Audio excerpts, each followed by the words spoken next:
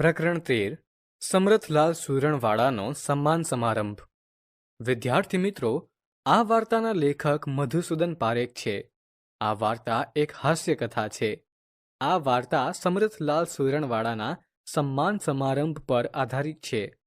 આ હાસ્ય કથામાં લેખકે શાકભાજી દ્વારા હાસ્યની અનોખી રચના કરી છે. તો ચાલો વાર્તાની મજા લઈએ. શાક માર્કેટના પ્રમુખ સમરથલાલ સુરણવાડાને ગાજરની સ્પર્ધામાં સરકારી ઇનામ મળ્યું હતું. તેમણે 3.5 હાથનું ગાજર ઉગાડીને અગાઉના બધા વિક્રમો તોડી નાખ્યા હતા.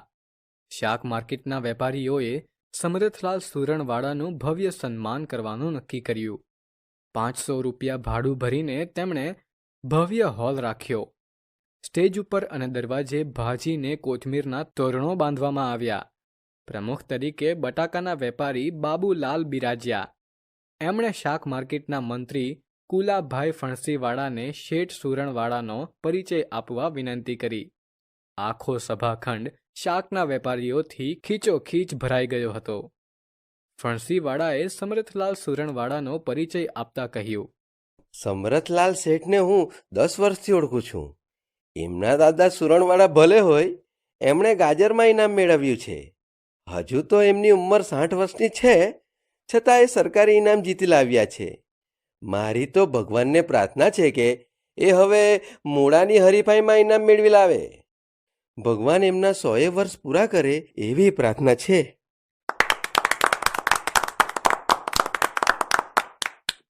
પ્રમુખશ્રીની વિનંતીથી લસણવાળા લલ્લુભાઈ એમને અભિનંદન આપવા ઊભા થયા. ભાઈઓ, સમરથલાલ સુરણવાડા તો આપણા શાક માર્કેટની શોભા છે. શાક સ્વાદિષ્ટ ને સુગંધીદાર બનાવવું હોય તો લસણ વિના ચાલે નહીં. એમ શાક માર્કેટને પણ સુવાસિત કરવામાં શેઠ સમરથલાલ સુરણવાડાનો ફાળો છે. હું પ્રભુને પ્રાર્થના કરું છું કે સુરણવાડા શેઠની સુવાસ લસણની જેમ ચારેકોર ફેલાઈ જાય. એ પછી બટાકાનો હોલસેલ વેપારી બકુલાલ ઊભો થયો. તેણે કહ્યું, મારો ને સુરણવાડા શેઠનો સંબંધ અદ્ભુત છે. એ સુરણવાડા ને હું બટાકાવાળો. અમે બંને ફરાળી. શેઠનો સ્વભાવ મને તો બટાકા જેવો લાગ્યો છે. મોટા વેપારીથી માંડીને નાના રેકડીવાળા સાથે, પોલીસ જમાદારથી માંડીને ફોજદાર સાથે, અરે પ્રધાનથી માંડીને પટાવાળા સાથે એ તરત મિક્સ થઈ જાય છે. બટાકો જેમ રીંગણ સાથે, દૂધી સાથે, કારેલા, શક્કરિયા, અરે ટમેટાને વટાણા સાથે મિક્સ થઈ જાય છે, તેમ આપણા સુરણવાળા શેઠ પણ બટાકાની માફક મળતાવડા છે. બીજું મારે કહેવાનું કે જેમ બધા શાકમાં બટાકો બધાનો માનીતો છે. મહિલાઓને બટાકા ભાવે, પુરુષોને તો ભાવે જ છે ને. છોકરાઓ તો બટાકાનો સ્વાદ હોંશે હોંશે માણે. એ રીતે સુરણવાળા શેઠ પણ બધે બધાના માનીતા છે. કોથમીર વેચનારી બાઈને 5-10 રૂપિયાની ભીડ પડી હોય તોય તે શેઠ પાસે આવે. માર્કેટના ઝાડુવાળાને લગ્ન માટે લોન જોઈતી હોય તોય સુરણવાળા તૈયાર જ હોય. અને કોઈ વેપારી નાણાં ભીડમાં ફસાયો હોય તોય સુરણવાળા તેને સહાય કરે. એટલે જ હું કહું છું કે જેમ બટાકો સહુને પ્રિય છે, તેમ આપણા સુરણવાળા શેઠ પણ બધામાં પ્રિય છે. આ વખતે તો તેમણે ગાજરમાં ઇનામ મેળવ્યું. હું સુરણવાળાને અપીલ કરું છું કે હવે 2 મણનો મોટો બટાકો ઉગાડીને તે બીજું ધરખમ ઇનામ જીતી લાવે.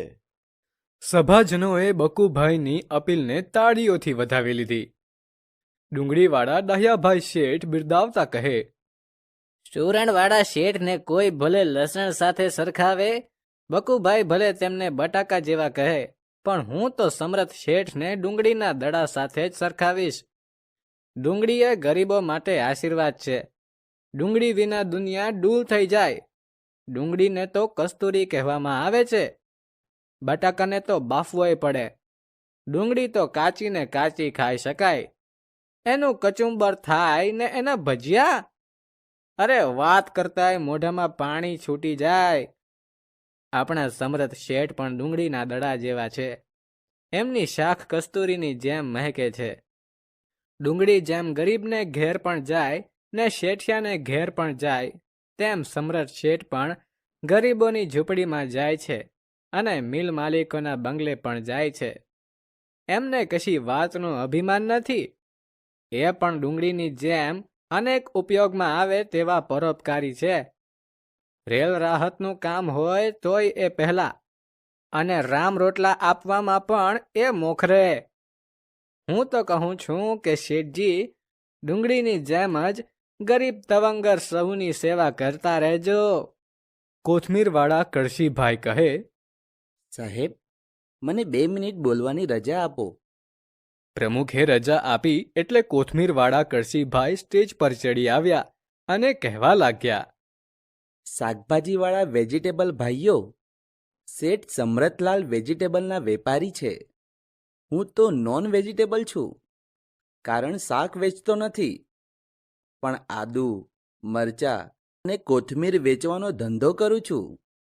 જુદા જુદા વેજીટેબલ ભાઈઓએ તેમને બટાકા ને ડુંગળી જેવા કહ્યા, પણ હું તો કહીશ કે બટાકા કે ડુંગળી કે કોઈ પણ શાક, દાળ કે કઢી બધા કોથમીર વિના કેવા ફિક્કા લાગે છે.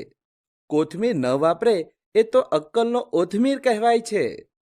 શાક બધા સારા, પણ મસાલો હોય તો જ શાક સ્વાદિષ્ટ બને છે. હું તો સુરણલાલ શેઠને કોથમીર જેવા જ કહું છું. એ ભલે 60 વર્ષના થયા, પણ લીલી કોથમીરની જેમ તે હંમેશા તાજા ને તાજા દેખાય છે. અને કોઈ પણ કામ કરવા બધા ભલે ભેગા થાય, પણ શેઠ ના હોય તો કામ ફિક્કું પડી જાય. શેઠ કામ હાથ પર લે એટલે કામમાં મગમગાટ આવે. બસ, મારે તો આટલું જ કહેવાનું છે. શેઠ હંમેશા લીલાછમ કોથમીર જેવા રહે એવી ઈશ્વરને પ્રાર્થના કરું છું. સમરથલાલ સુરણવાળાએ સન્માનનો જવાબ આપતા કહ્યું, હું બટાકા જેવો છું કે શક્કરિયા જેવો કે ડુંગળી જેવો, તેની મને તો કશી ખબર નથી. મારા ઘરમાંથી તો મને મરચા જેવો કહે છે.